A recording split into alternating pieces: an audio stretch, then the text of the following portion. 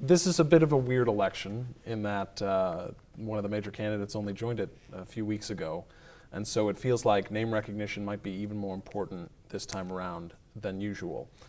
How do you go about, what's the strategy in trying to make sure Hoosiers, when they go to the polls in November, know who John Gregg is? What's the strategy involved there? You know, I always tell people a lot may have changed, but two things haven't. I'm still John Gregg, and I'm still the one candidate who's only been running for governor. We're out talking issues. We're out talking about the economy and education, infrastructure, Indiana's drug epidemic. We talk about those substantive issues. When people do like to start talking the nuts and bolts of politics, I always challenge people to look beyond the party labels. You know, as a Democrat, you got to have Republican support and independent support to win in Indiana. And I remind people that my opponent, whereas I've always been running for governor, this is his third statewide office in a 4-month period. I mean, he started out running for the U.S. Senate, and I guess to him this is a consolation prize, but I view it as the main prize, and that's why I'm running. It may be a placeholder for him, or we'll let you run for this because you didn't get that, but for me this is what it's all about. It's being the CEO of a place we call the state of Indiana.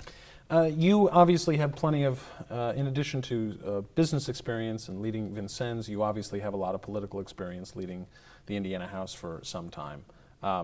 Your opponent, conversely, this is the first time he's ever been in an elected office, and he wasn't technically elected to it. But in this particular election year, with the success we've seen of Donald Trump on the other side and the sort of anti-establishment mood among a lot of voters, is that kind of political experience that you bring to the table a positive? You know, the experience I bring is because I bring, having worked for Fortune 500 and in the private sector, which I've worked most of my life. I have been a legislator, obviously going back many years and get back to Governor Orr, Bayh, and O'Bannon. And I've been president at Vincennes University. So I bring public, private, academic experience, whereas my opponent doesn't bring any of that. What he really brings is just partisanship. I mean, he's ran a state party, and I think in this day and age, they're a little leery of that partisan, that political operative, and that's what my opponent is. I mean, he's never made a payroll, never dealt with a complex bureaucracy, and has always been a partisan individual. And I think people are tired of partisanship. They want somebody that's going to take the best ideas of both parties and independents and move the ball forward. Some of the latest polling we've seen shows a lot of undecideds in this race so far, double that of the Senate race, triple that of the presidential race here in Indiana. So as you talk to those undecided voters out there, those Hoosiers, what do you hope they know about John Gregg? Absolutely. I'm a bit curious what numbers you've seen that show how many undecided, but it's about where we thought it would be with, 8-9% undecided at this point. We will continue to talk. What I want them to do is I challenge all of them, look beyond the party labels. My opponent said the very first question he was asked, where are you on the Religious Freedom Restoration Act and civil rights for members of the LGBT community? I support civil rights for the LGBT community. I support hate crimes legislation. He said he thought the governor had done a good job of balancing that. You don't balance civil rights. You've either got them or you don't have them. 2 days after he was appointed to fill the vacancy, he then was asked about women's access to health care. Would he have signed the same bill that our governor signed? And he said, absolutely. And then 3 days later after that, he said he was proud to run on the record of Mike Pence. So as I tell people, if you like what's happened the last 4 years, dealing with divisive issues, making Indiana kind of a laughing stock of the country. If you want constant fighting over public education rather than trying to solve some of our challenges in public education, want to see us continually drift in per capita income, you want to vote for him. If you want somebody with a broad experience, background, somebody that's going to bring all peoples together, someone that's people-based and not ideology-based, vote for me. If you see everything from an ideology standpoint, where everything's either yes or no, white or black, I'm not your candidate. But if you think there needs to be some compromise and moving to the middle and both sides working together, I'm your candidate. So that's what we want people to know. One thing that Eric Holcomb says about the LGBT issue is that when he's out talking to Hoosiers, it's not something they bring up very often. As you get outside the cities, where it's obviously a much bigger issue, and quite frankly, those protections exist in almost all of our bigger cities. But as you get outside the cities into more rural Indiana, which you are obviously quite familiar with, do they care about the RFRA, the LGBT rights issue? You know, and you're right, I live on a farm. You know, I live here in southern Indiana, about 40 miles due west of Bloomington, over in Knox County. I can't go anywhere where I meet and talk, since we like to talk about the economy, if I'm in the corporate boardroom at Eli Lilly, Cummins, or Hillenbrand, or if I'm in a newer company like Salesforce that does IT, or if I'm in a startup company, life sciences, IT, advanced manufacturing. All I hear from these people is we have to be a welcoming state. If we're going to grow high wage, high growth jobs, and if we're going to want to keep millennials here, attract millennials back to Indiana, we've got to be a welcoming state. So I know he says that. That's just because he's not willing to embrace what it is Hoosiers want and need to grow our economy, and that's be a welcoming place. And so I disagree with him on that. I hear that every day when I'm traveling the state from people saying that they have trouble attracting talent, keeping talent, that I think it is an issue. This will be the first of a series of questions that will sound like this, but obviously there's only so much that the governor can do. We just saw a legislative study committee on LGBT rights with no progress, no attempts at compromise from either side of this issue, and it doesn't seem to be a lot of hope that something will get done. What do you envision you can do as governor? Great question. Great question, Brandon. There's a lot I can do as governor. Number one, the very first thing I will do as governor is sign an executive order that will apply to members of the LGBT community that make up the 33,000 state employees, giving them civil rights protection. That's number one. Number two, I will make sure that as we are working, and the state is a huge contractor, we contract with a lot of businesses. We will want to make sure in our RFPs and RFQs, when the state's doing bidding, is working with companies that have LGBT protections. When we are out trying to recruit new businesses to come to Indiana, we will want to work and make sure that they have LGBT rights and recognize those civil rights. The fourth thing we do, and all of this is lead by example, because what these really are quality of life issues. But the fourth thing we'll do is we'll mention it in our State of the State address. I will ask the legislature to pass it. You know, do I think they're going to pass it in 2017? No. But I think by 2018, there's a real good chance they will.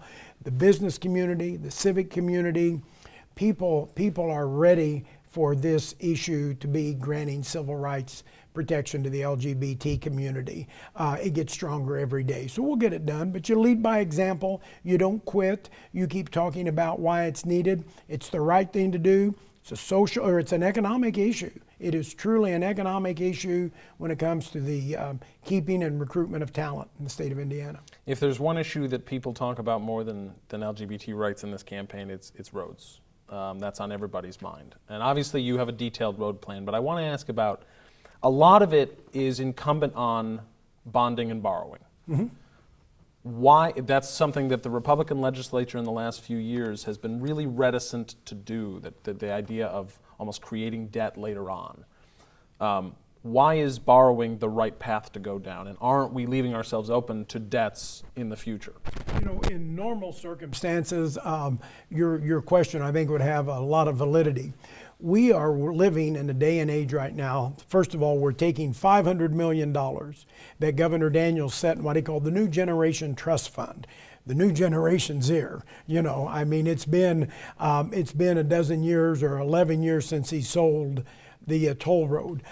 That's number one. So that money's there. We can leverage that $500 million over a 10-year period to about $3.2 billion. It'll create 56,000 jobs. It'll help us make up that $300 million shortfall we have each year. And what people need to realize, this is not going to affect our bond rating at all in Indiana, our credit rating. Money right now to borrow is cheap. I mean, it is. That's why you see people saying, refinance your house. I mean, money can be borrowed for less than 1% in some cases. So we're talking about now is the time to be doing that. We see a lot of states that, like Indiana, has always been frugal, always been fiscally responsible and conservative doing this. So it's one of the things we have to talk about. Frankly, we think it's a good option. Not doing anything isn't getting anything done. I mean, the number of people I hear when they drive between Bloomington and Indianapolis, I mean, we all know what's happened there and we know what's happening now. I mean, that's just a travesty. But it seems like some of the plan relies on things staying about as rosy as they are right now. Let's say in 3 or 5 years we see another downturn, not perhaps to the level of the Great Recession, but in the normal course of an economy, another downturn. If we have these sorts of things on the books as opposed to just spending the money we've got, aren't we creating a problem for ourselves? You know, first of all, remember the interest rate's locked in. Okay, so the interest rate's going to be locked in. It's just like when you can get an adjustable rate or a fixed rate mortgage. The rate will be locked in, number one. And number two, this money is a little separate from this surplus we talk about. We've still got this $2 billion surplus out there. And we do need a surplus. Whether we need the $2 to $3 billion we've got now, I don't know. But I think most Hoosiers are starting to ask themselves now, that they want us to be fiscally responsible. You know, I served in the legislature 16 years, many years ago, never voted for a tax increase, contrary to what you may hear on the TV ads. But with that said, I think Hoosiers realize that it's one thing to brag about having money in the bank. It's another thing when your roof's leaking, and our roof's leaking in Indiana.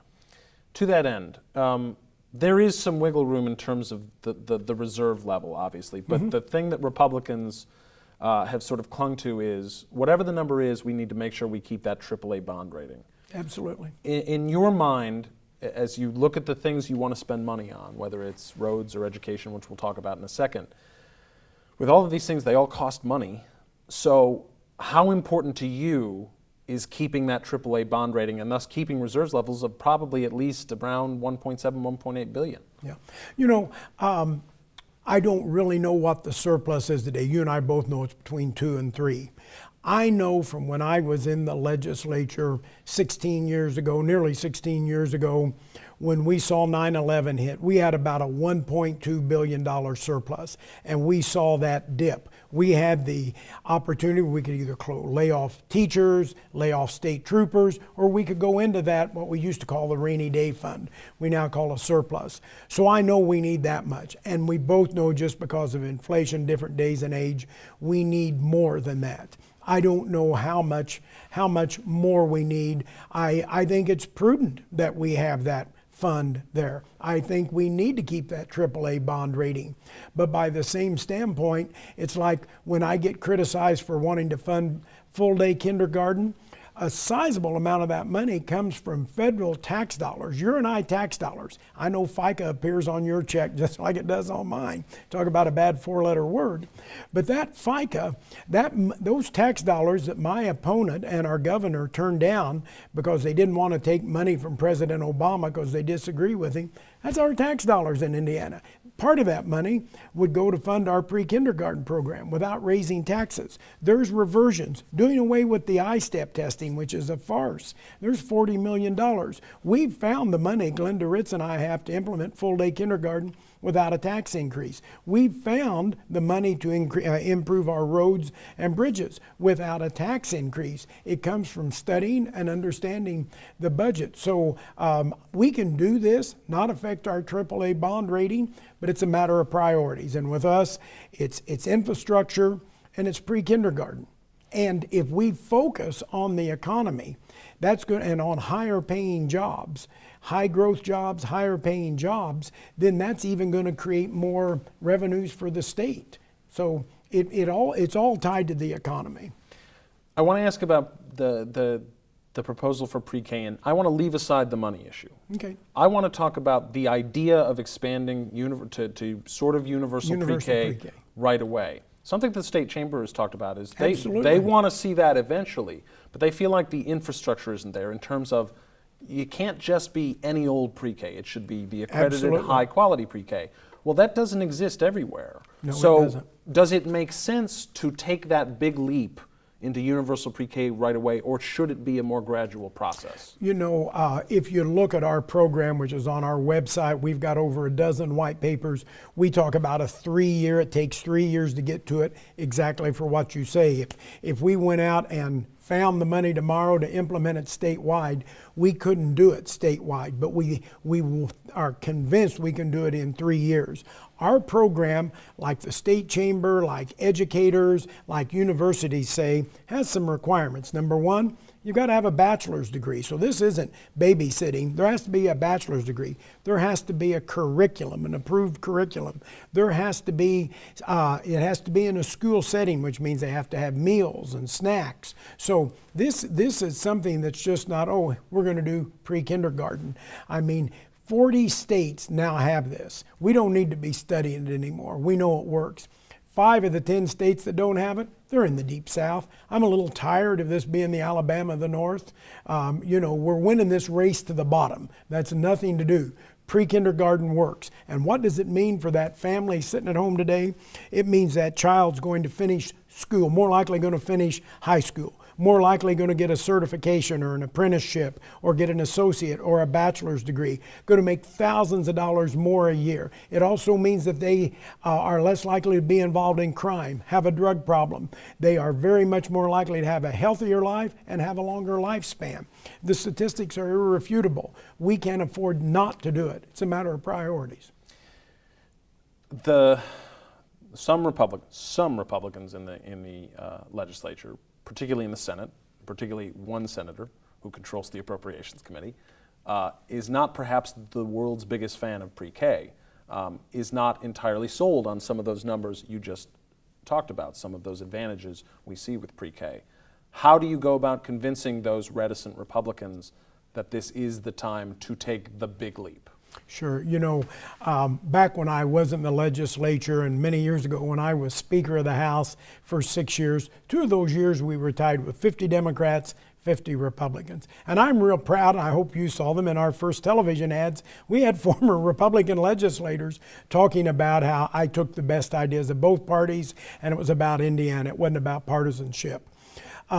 Flash forwarding to today, I think what you continue to do is you talk with the academics, you talk with the business community. This is about preparing that next generation of Hoosiers. It's about preparing and growing our own talent in Indiana. There's a guy in Indiana named Jamie Marasotis that runs the Lumina Foundation, whose goal is to increase the number of Hoosiers with education. And it can just mean 3 or 4 college classes, or it can mean all the way to a graduate degree. Jamie, in his book, Talent, tells that Indiana could create 300,000 new living wage jobs in some of these high-tech, life science, bioscience areas that pay a living wage, a good amount of money, but we have to have the skilled workforce. And if we don't have it, they're not leaving central Indiana. They're not going to somewhere else. They are leaving quite possibly the country. So all the more reason to start this pre-kindergarten program. Again, 40 states are doing it. It works. So I realize not everybody's sold on it, but the academic community, the business community, the law enforcement community, employers want it and need it. You know, I think at time, and I know the unnamed person, he's got a good heart, and I know he studies things real hard. You know, these are some of the same people that didn't want Indiana to have kindergarten, full-day kindergarten, and we've got full-day kindergarten. That took 20 years. The thing is, we don't have 20 years on this. We've got to get moving on it now. What would you like to see happen with the state's voucher program? You know, I've never been a fan of vouchers. I need to be candid because of my firm belief of separation of church and state. When the vouchers came, it was just going to be for low-income people to have that as another option to pick schools. The problem with it is we've gone from about 4,000 to, I want to say 40,000, but I've got too many numbers right now, but I know it has increased nearly tenfold. So that's money that's coming away from our public schools. Now, charter schools count as public schools, but we've made a lot of changes in Indiana. And we've got charter schools that are out there and good, but we've got a lot of these for-profit schools that fall under this charter category who close with no kids. I think it was in Fort Wayne, the most recent one. Kids show up at school one day, school's locked. These for-profit schools need to be held accountable. They need to have a hard look at. I am not about telling these students that have been getting vouchers, you're not going to get vouchers anymore. That's just morally wrong. I mean, they have been getting them, so you can't take those away. But I'd like to see us take a good look and take a deep breath and see how some of these changes are playing out. The problem is we're neglecting our public schools, and in 70 of Indiana's 92 counties, there's no charter schools. There's no private schools. There's just public schools, and I think that's what we got to remember and look at. We are neglecting public schools. Over half the state's charter schools are in Indianapolis.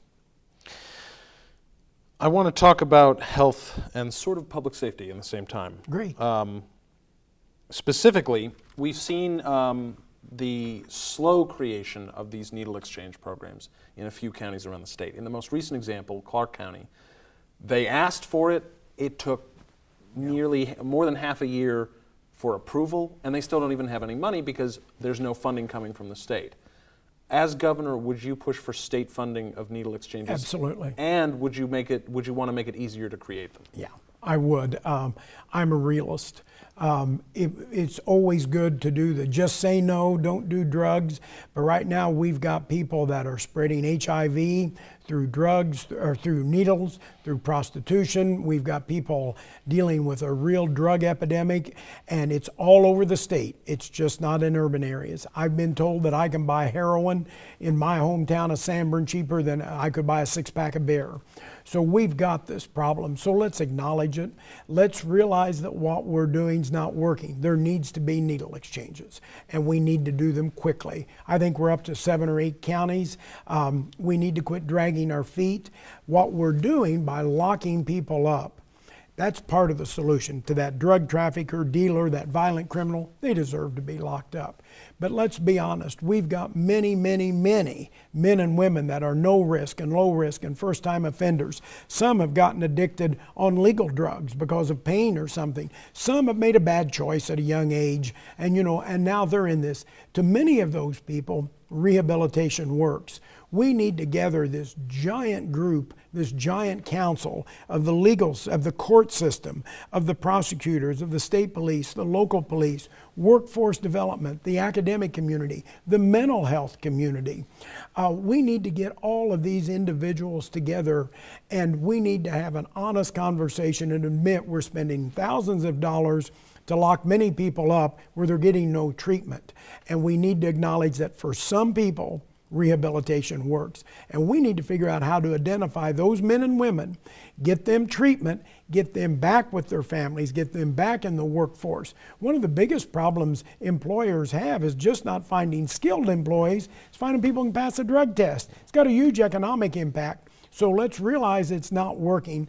Let's acknowledge we're 15th in the country in overdose deaths and start saying, how can we do this better? There's nothing wrong to admit what we're doing is not working. The wrongness or the sin of it becomes when we refuse to change. So we need to acknowledge there's a problem, get everybody together and start working on it. And we're going to do that in the Gregg administration. We can do better. Up in East Chicago, we see this lead contamination crisis. Are you satisfied so far with what the state is doing to respond to that?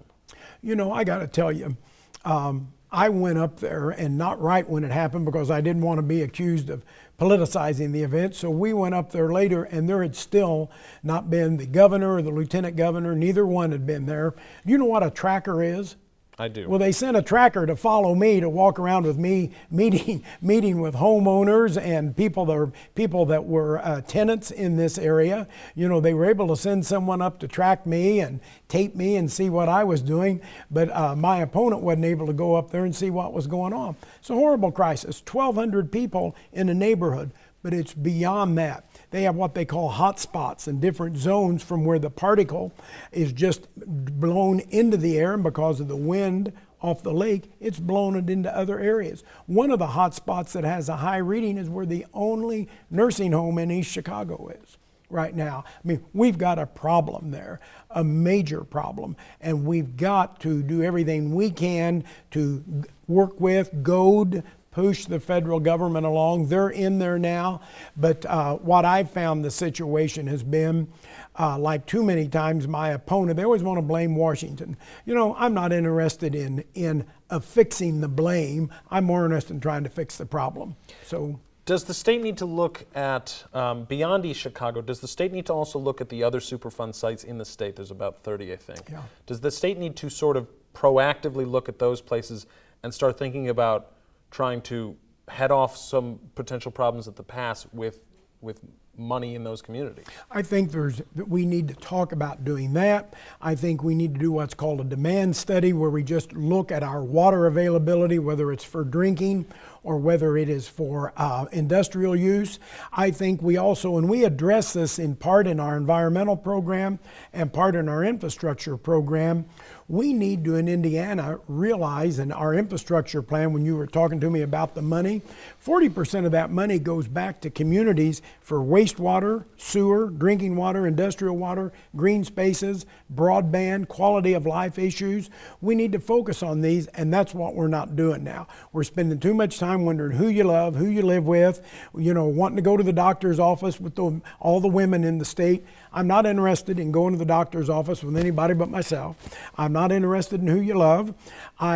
Those issues don't improve the quality of life for Hoosiers. What does are better paying jobs, and that helps everything. Then you start addressing the quality of life issues, where we talk about looking at these contaminated sites around the state, where we talk about the water quality. This East Chicago situation could be worse than Flint. I mean, it really could be. It's the US EPA, it's HUD, you know, because you've got to move these people. But we're talking, I've been up there, I've met with some of these people. These are people that have $8, $9, $10 an hour jobs, and they got a car that if it does start, it's one thing for it to go 3 or 4 miles. These people are going to have to move a distance. Their car may not go 20 miles. You know, I mean, this is a major problem we've got up there, and these people are Hoosiers. You know, they deserve our help. They need us to do whatever we can to help move this along. And if it is true that this problem was known for many years, 3 or 4 years as I hear, and they were telling some people but not telling the residents, that's just not right. Doesn't matter again. It doesn't matter whose fault it was. Let's fix it. I want to circle back to roads for just a second. You mentioned in this interview, and obviously plenty of times before, you never voted for a tax increase when you were in the House.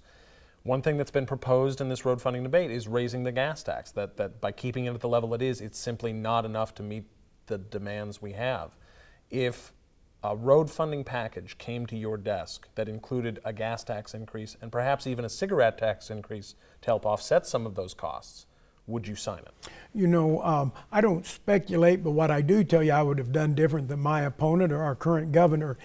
Any proposal that the legislature, and in this case it was a proposal by, I believe, Speaker Bosma and the House Republican caucus. The other 3 caucuses had other ways to deal with the issue. Any proposal that's made by one of the 4 caucuses deserves discussion. It needs to be discussed. It needs to be vetted among all 4 of the caucuses and the governor. So just to dismiss something summarily, you need to at least have the adult discussion on things. So that would have been a difference. The problem, of course, is, as you and I both just talked about, we've got this huge surplus out there that we brag and brag and brag about. Part of that surplus has been built at the expense of our local governments, our communities, and our infrastructure. So there again, we've got to get back how much of this money's there that we don't need. But the problem is, you know as well as I do, once you spend that rainy day fund, once you spend that excess money that we've got built up, it's gone. So, because I do have people come up to me and say, we got that surplus, why don't we spend it? And I always take time and talk, because Hoosiers are bright people, they want to know about government. I say, you know, well, you can spend it, but you've only got one time to spend it. When you spend it, it's gone. So that's why we've got to carefully see how much of it we need. I like to use the term rainy day fund, because that's what Dr. Bowen called it back when I was an IU student many years ago. But those are the conversations we need to have. And you know, those aren't Democrat problems, they're not Republican problems, they're problems. And the solutions come from both parties. And it benefits Hoosiers. One of the problems we've got in Indiana, there's not a thing wrong with political parties. I belong to one. The problem becomes where the partisanship and the extremes who think that they're the only ones that are right and everybody else is wrong. You know, most people in Indiana are pretty much in the middle on a lot of things, but I can tell you that Hoosiers want good roads to run on. They want safe bridges. 1 in 5 of our bridges in Indiana is going to be obsolete in the next 18 years. That's a fancy way for saying you can't drive on it. But we've got those problems. I mean, I don't need to tell anybody what it's like getting in the car here at Bloomington driving north to Indianapolis. I just came south today, and thank goodness I'm going home and don't have to wrestle with it all the way back north to Indianapolis. But look at our communities. When I hear people giving a mayor or a county commissioner the devil for their city and town roads, you know, this is a product of the legislature. When they've been running around the state the last few months saying we're presenting Bloomington or Monroe County with X amount of money, that was their money in the first place. They're just now giving it to them and making a ceremony out of it. You know, it's all kind of just smoke and mirrors on that. I want to end with this.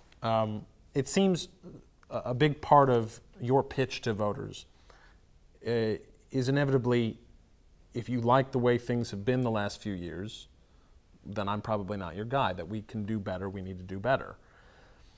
When you look at unemployment that's been nearly cut in half, when you look at all of these business climate rankings that put Indiana tops in the Midwest, near the top of the country, is it a hard sell then to say things aren't on the right track? Elect me and we can get back on the right track? You know, it's not, because you got to scratch the surface a little.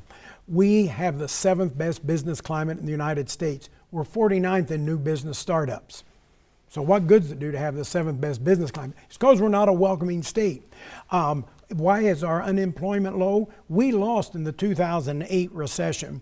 We lost jobs paying $20, $25 an hour, and we've replaced them with $10 and $11 an hour jobs. Hoosiers are working harder and harder each and every day, and they're not seeing anything in their paychecks. They're not seeing the advantages of a low income or a low unemployment rate in their wages. I had a woman wait on us recently who made the comment, she had taken a food order with Lisa and I were eating breakfast, and she had it all messed up, and I repeated it. Had it all messed up, repeated it, and I'm thinking it's the way I'm talking with my twang or something. And she said, I'm so sorry, sir. She says, I'm exhausted. I said, why are you exhausted? She said, and this was 6:45 in the morning. She said, I didn't get off work last night till 1 o'clock, and by the time I got home and in bed, it was after 1:30. And for my second job, I had to be here. The number of Hoosiers working 2 jobs going through the roof. So it's the quality of jobs, it's not the quantity. Don't talk about a low unemployment. When we slid 4 more places from 34th to 38th in per capita income, that means a family sitting down for supper tonight at Bloomfield, Indiana, or somewhere, they're making over $7,000 a year less than the American average. Don't talk to me about how Indiana is a good place to do when we don't have new businesses starting up. If you want an administration that focuses on social issues, this guy's a rubber stamp. Mike Pence. He's his hand-picked candidate. If you want somebody to focus on low-paying and mediocre jobs, someone that's going to make public education partisan and ideology and fight every day with teachers and Glenda Ritz rather than try to solve the problems. If you want an administration that is going to sue every time Washington, D.C. does something rather than try to bring the state together and go forward, you know, if that's what you want, vote for him, because that's what you're going to get. That's what we've had the last 4 years. We've had an administration focused on social issues and mediocrity. That's it. Thanks, John. Thank you.